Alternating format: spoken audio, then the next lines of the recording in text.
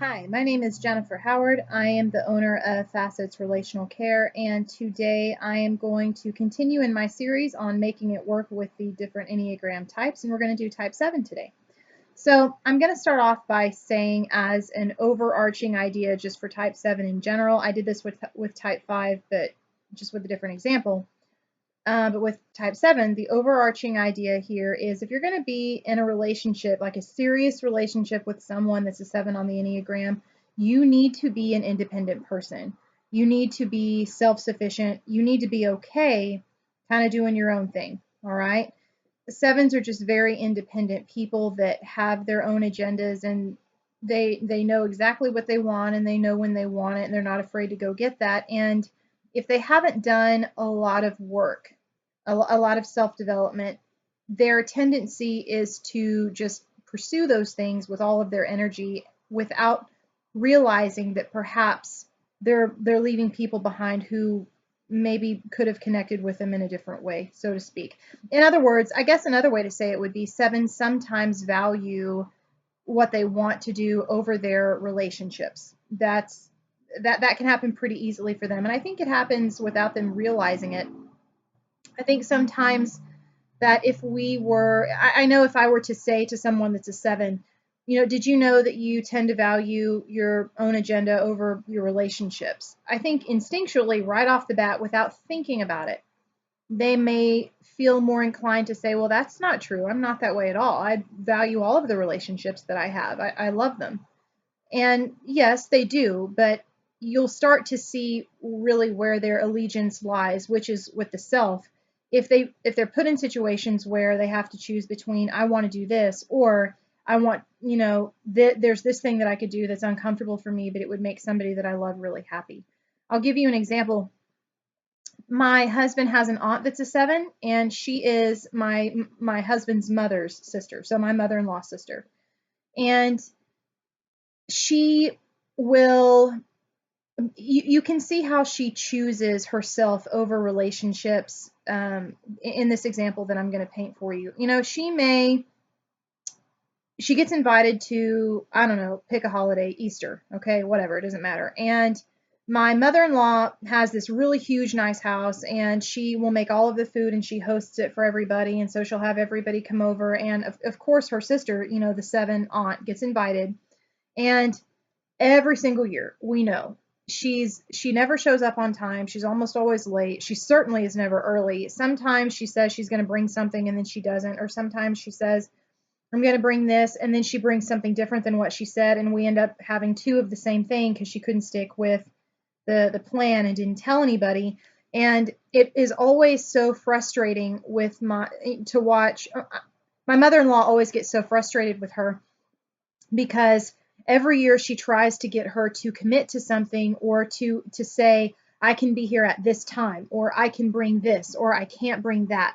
And it's never happened. And so there's always just kind of this unspoken turmoil between the 2 of them. I think my mother-in-law, who by the way is a 6 and an ISFJ, is very unappreciative of the fact that her 7 ENTJ sister just kind of goes and does her own thing and doesn't want to adhere to a schedule and refuses to commit to things and that sort of a thing. And then the 7 sister, from my perspective, seems to be really frustrated that her 6 ISFJ sister is constantly trying to, nail her to the wall and get her to commit to things, because that's not something that she likes to do. That's very restraining for her.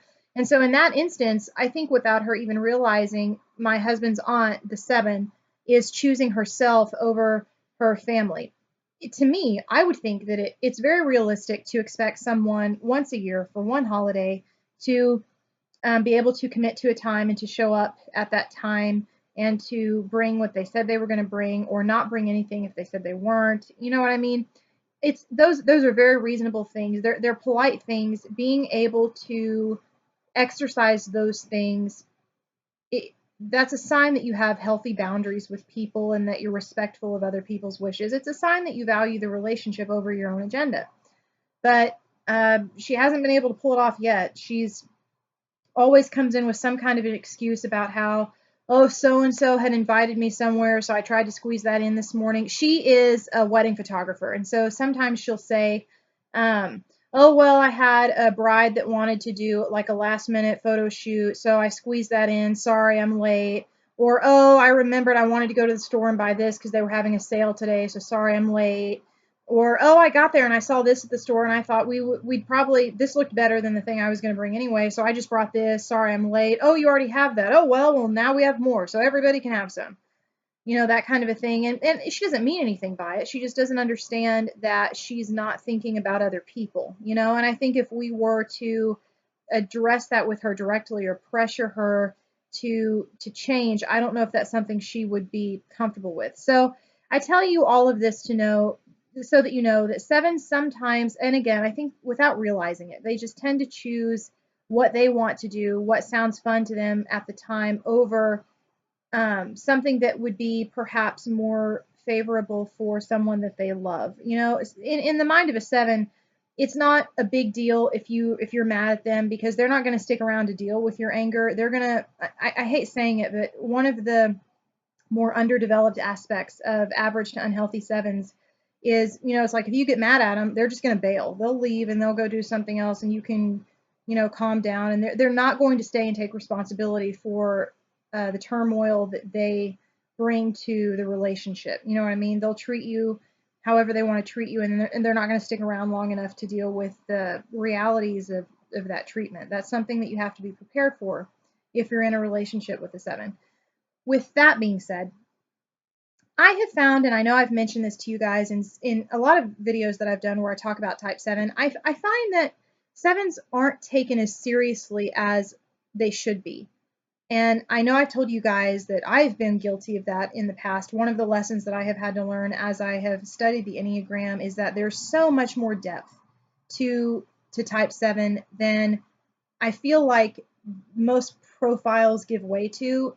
There's certainly so much more depth to them than I feel like even they demonstrate themselves initially when you first meet them. It can take a while to realize that these are people of very, very great emotional depth. They have very big ideas. They're like, oh, they're stupid smart. I've never met a seven that didn't turn out to be one of the most intelligent people that I've ever known.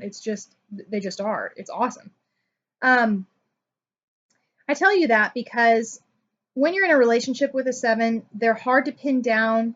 It's hard to get them in a committed relationship anyway. So if you've got one in a committed relationship, that is so awesome. Good for you. Hang on to them, okay? Because it's hard for them to get to a place where they're willing to share their life with another person, because that slows them down. You know what I mean? And they know that that's going to happen, which I think is why they tend to be so reluctant to commit to just one person. They know that that means that they're going to have to intentionally limit their relational resources, if you will.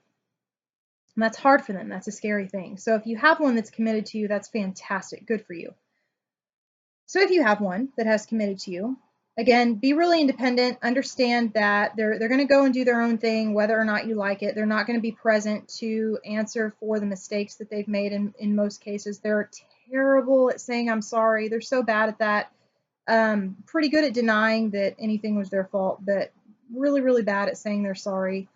So you have to be prepared for that. But I would like to say, appreciate the depth that they have and search that out.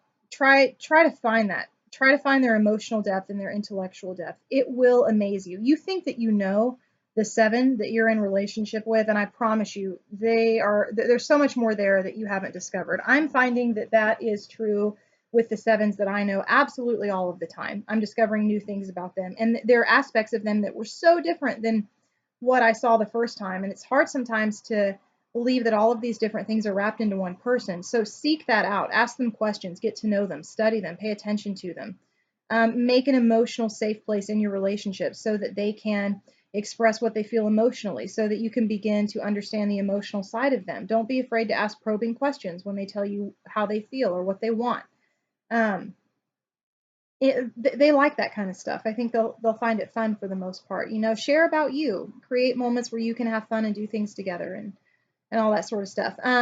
Appreciate the fact that they have such high energy and that they like to be happy all of the time and that they're spontaneous. And I tell you to appreciate that because I feel like, and this is just my perspective, I feel like, we live in this world where, like, from a Myers-Briggs perspective, statistically, we've got SJs that are pretty much running the place. ESTJs, ESFJs, ISTJs, ISFJs, right? That's the majority of the population, the global population are SJs.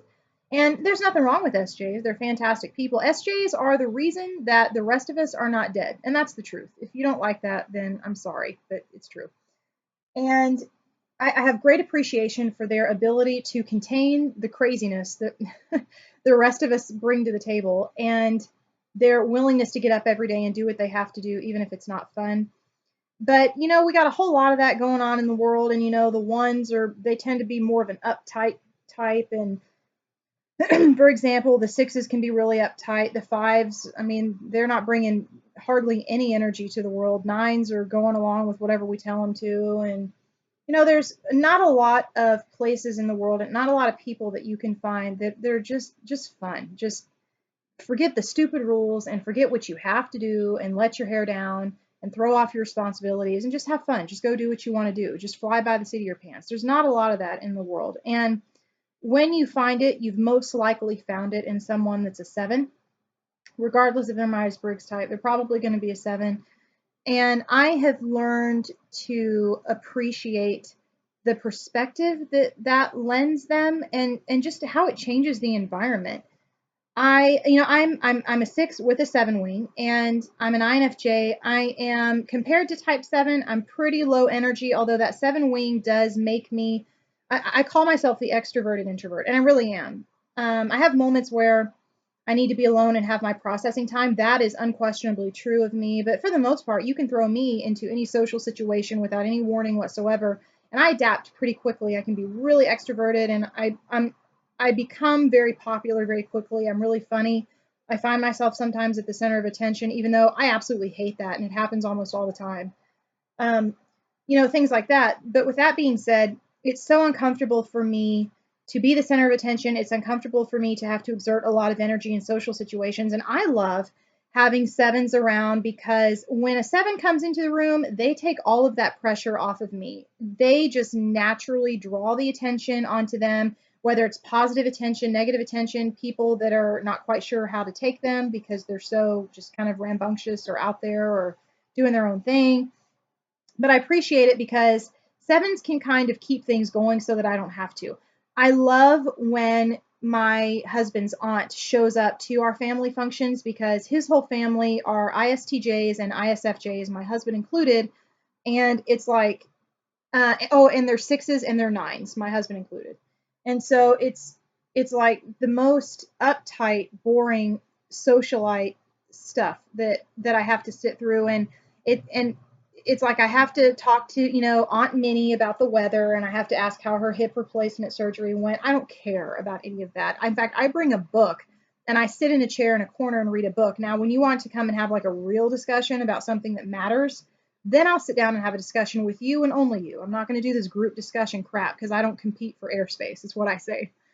Listen to me or don't. And it's hard when my husband's aunt, the 7, isn't there, because I feel like there's no one that saves me from that. I'm kind of forced into that, and I'm kind of having to just navigate that. And it's a huge pain in the ass for me. But then if she shows up, immediately all the attention turns to her, and she kind of starts orchestrating the energy in the room, and she's coming up with all these fun games that we can all play, and she's telling jokes, and she's finding really funny videos on YouTube and sharing them with everybody. And she's going around and asking everyone how they're doing. And she's telling them how she's doing. And she's getting caught up on the family gossip and sharing her side of the family gossip. And everyone gets in on that. And then I finally get to be left alone to read my book. And it's like, yes. So I'm just saying 7s provide a lot of fantastic energy in the world. And I don't think we realize fully, most of the time, how much we need what they provide for us. So if you are in a relationship with a 7, whether it's a parent or, a sibling or your son or your daughter, whatever the relationship is, learn how to be appreciative of that energy. You know what? They know how to make really heavy, tense situations light and funny. They know how to crack just the right joke at just the right time. They're fantastic people, and I think that sometimes I think I wouldn't survive my life if I didn't have a 7 there to come and just take take the spotlight off of me. You know what I mean? They're great to have around. So indulge in that with them. Kind of follow their lead.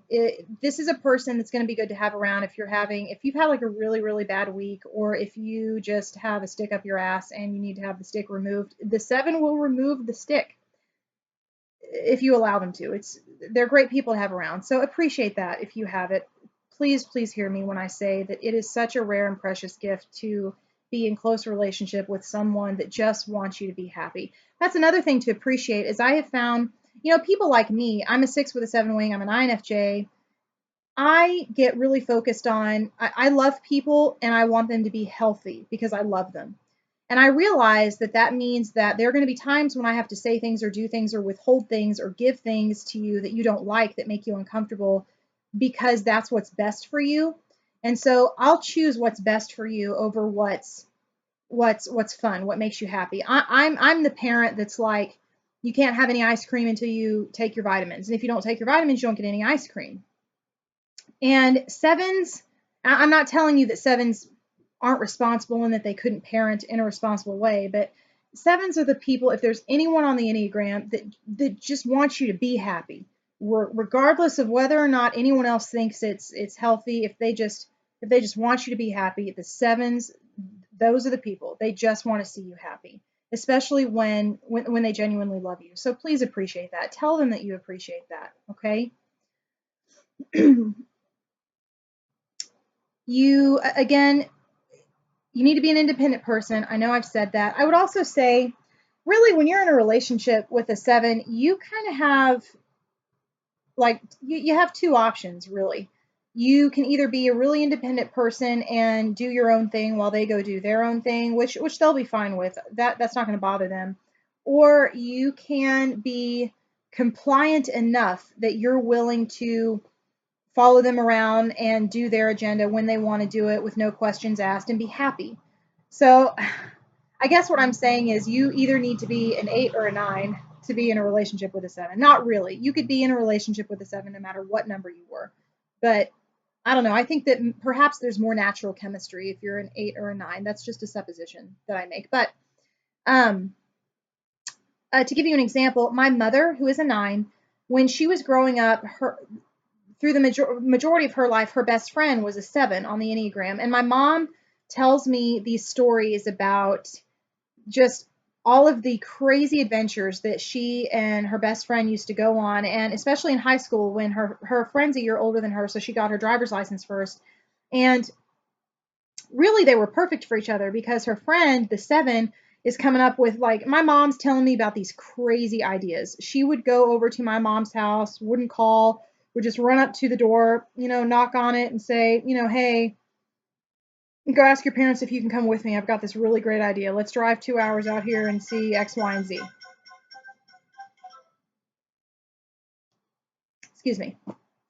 And my mom tells these stories about all the adventures that they went on and how she was like, okay, cool, whatever. And she would just leave and go with her. My mom, being a 9, wasn't like super ecstatic about it. I think that I mentioned in a previous video, you're never going to see a 9 show extreme emotion. If a 9 wins a lottery, it's like, oh, cool, I just won the lottery. That's awesome. I'm going to have to tell my friends. This is cool.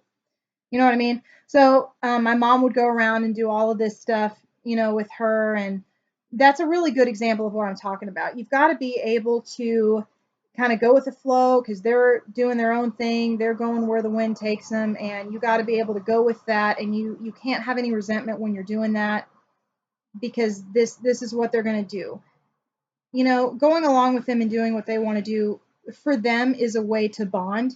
And if they really, really love you, it'll probably be more important to them in those circumstances that you do the things that they want to do. But please understand, if you don't want to, they're going to leave you to do your own thing, and they're still going to go. Okay. So, anyways, be willing to go along with that, and use it as an opportunity to bond. Okay. Just have adventures with them. That's how you're going to grow closer to your 7. You'll do it through the adventures that you have. Okay. It will especially help them to grow closer to you. You need to understand, because of this same reason, that they are going to be extremely reluctant to adhere to schedules, things like that, things that are too monotonous and repetitive. Don't expect this to be the person that gets up every day and on their own thinks, oh, so and so would probably really like it if I got the dishes done and the laundry done and the bathroom cleaned and the bed made before I left to go do this. I think I'll do that. No. No, don't count on that. They're probably just going to kind of get up and go. And even if they think about it, in the mind of a 7, they're probably going to say, I'll just pretend like I didn't notice it and I'll leave. And then if I come back and they start complaining because I didn't do it, I'll just act surprised, like I didn't notice those things needed to be done. And then they can't be mad at me because I didn't notice. You know what I mean? They're more apt to do that. So I would say if you think that you're going to have a relationship with this person and you're going to get them, pinned in with schedules and things like that, and can you do this for me? And like, okay, so you hear about like these honey to-do lists. Look, I'm just telling you, if you're in a relationship with a 7, you need to toss that damn to-do list. It ain't going to get you nowhere. Um, uh, I don't know. That's just a funny idea. A 7 with a to-do list, just to see how much they wouldn't respond to that. Anyways, yeah, you're gonna have to toss that out. They're pretty flexible people. You're gonna have to be flexible people too. So you're gonna have to be willing to pull your own weight. But with that being said, too, don't just go around and clean up after them and do the monotonous stuff that they don't want to do for them. Because again, this is my perspective as an INFJ. If you really love them, you need to not enable those unhealthy behaviors, and you need to create situations that are going to encourage them to be more responsible and to take on what's theirs to take on. Don't do their dishes, don't do their laundry, don't clean up after them, don't schedule their doctor's appointments for them, don't take their car in and get the oil changed for them. Don't do those things for them. Let them do it. Let it get so bad that they can't stand it anymore and they take care of it. You know what I mean? So I would tell you to do that as well. Just understand that if you're hoping that they will stay around to do those things for you, unless they've done a lot of self development and really paid attention to that aspect of themselves, the reality is that's probably not going to happen. So you need to have a realistic expectation. Again, you need to be very independent, very self reliant to be in a relationship with 7. When you are upset with them, I would encourage you, absolutely and always speak up when they've done something that's hurt you. They are going to try not to give you any opportunity to do that. If they sense that the conversation is going in that direction, they're going to try and get out of it in some way. They're going to joke about it, not take it seriously. They're going to come up with an excuse to get up and leave the room. They have a hard time sitting for those things, okay? Very, very uncomfortable for them facing what they've done wrong and facing that they've hurt other people. They can't handle that. So I don't want you to not confront them. You need to confront them because that's part of having a healthy relationship. And they're going to have to learn how to be present in a healthy relationship. And unfortunately, building and having a healthy relationship is going to require that you go through some really uncomfortable shit first. You don't just meet somebody, and you're attracted to them and the relationship is great. It doesn't work like that. You have to put work on top of the chemistry, right? 7s are the sort of people that will get into a relationship with someone because of chemistry, and they just think that they're just going to be able to skate by on chemistry. And that's not how it works. And then these relationships fall apart and they wonder why, or they don't wonder why, and they just move on and find somebody else that they have chemistry with. But definitely confront them if they've done something that's unacceptable to you, if they've done something that's hurtful to you. However, I will say, do keep in mind that criticism is really hard for them. Again, owning up to something that they did wrong is hard for them. And having to acknowledge that they hurt someone that they love is really hard for them. Okay. They know that they're doing it, but they can't quite bring themselves to fully face that and take responsibility for it. It's just, it hurts truly, truly if you're a 7. I think it hurts as much for you as it does for the people that you've hurt. And you just don't know how to find the emotional strength to stand there in that gap and say, I did this. I'm sorry I did this, and I deserve the repercussions for this behavior. You know what I mean? Most 7s, again, unless they've done a lot of work, aren't quite there.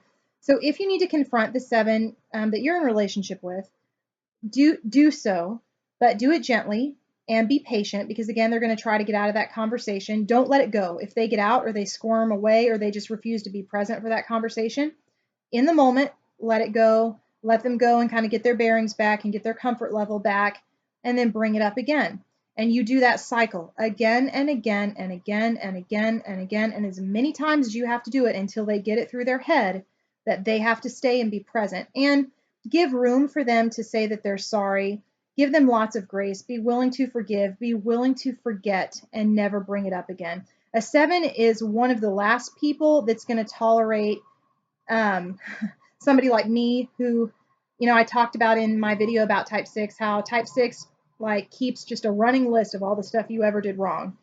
That's not going to work if you're in a relationship with type 7. They're not going to stay around and deal with being antagonized like that. And to be fair, I don't blame them. I mean, who wants to be treated like that? All I'm saying is there are other Enneagram types that would probably ignore that or stick around and defend themselves. And sevens, listen, if the relationship is going to be like that, they're out of there. They've got better things to do, other people they could find that aren't going to do that. So when you work through an issue with them, you need to make sure that you're doing your part to truly, truly to forgive them and to let it go and don't bring it up again. If it becomes an issue, if they do the same thing again in the future, okay, that instance needs to be addressed again the way you addressed it the first time. Same thing. Forgive them, let it go. I would say if it's a really serious thing and if it's like consistently happening weeks, months, years, however, and it's not changing and they're promising change, okay, at that point, then maybe we need to say, okay, you've had a pattern of this behavior, you've had a pattern of apologizing when I confront you about it, and you have a pattern of promising X, Y, and Z change, but I'm not seeing any of that yet, and now I'm concerned. Now the problem is, why are we still having this problem? You know what I mean? And then you address that problem, but don't dwell on that. No shaming statements. You know what I mean? Try to use a lot of your I language, statements like, when you do this, it makes me think this, which makes me feel this way. I would prefer it if you did this. You see what I'm saying? That statements like that keep the attention and the focus of the conversation on you, which is easier for a 7 to handle because you're not talking as directly about them. You know what I mean? That will make it easier for them to stay and engage in the conversation with you. Okay. So lots of grace, lots of love, no judgment, no shaming. Do not go after them with any of these. This is what you should have done. This is what you have to do. Statements like that don't sit well with sevens. They don't want to hear what you think they should have done. You know what I mean? It just makes them feel even worse than they already feel. Okay, those are very shaming statements to them, and it's hard for them to sit through that kind of language.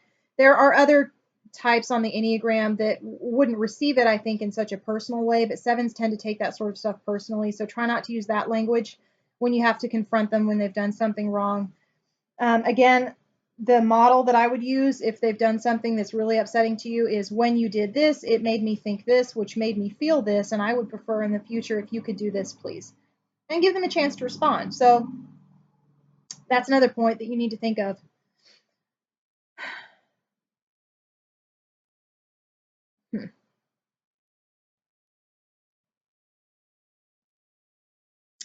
I would say I've had to watch this in relationships that I've had with sevens.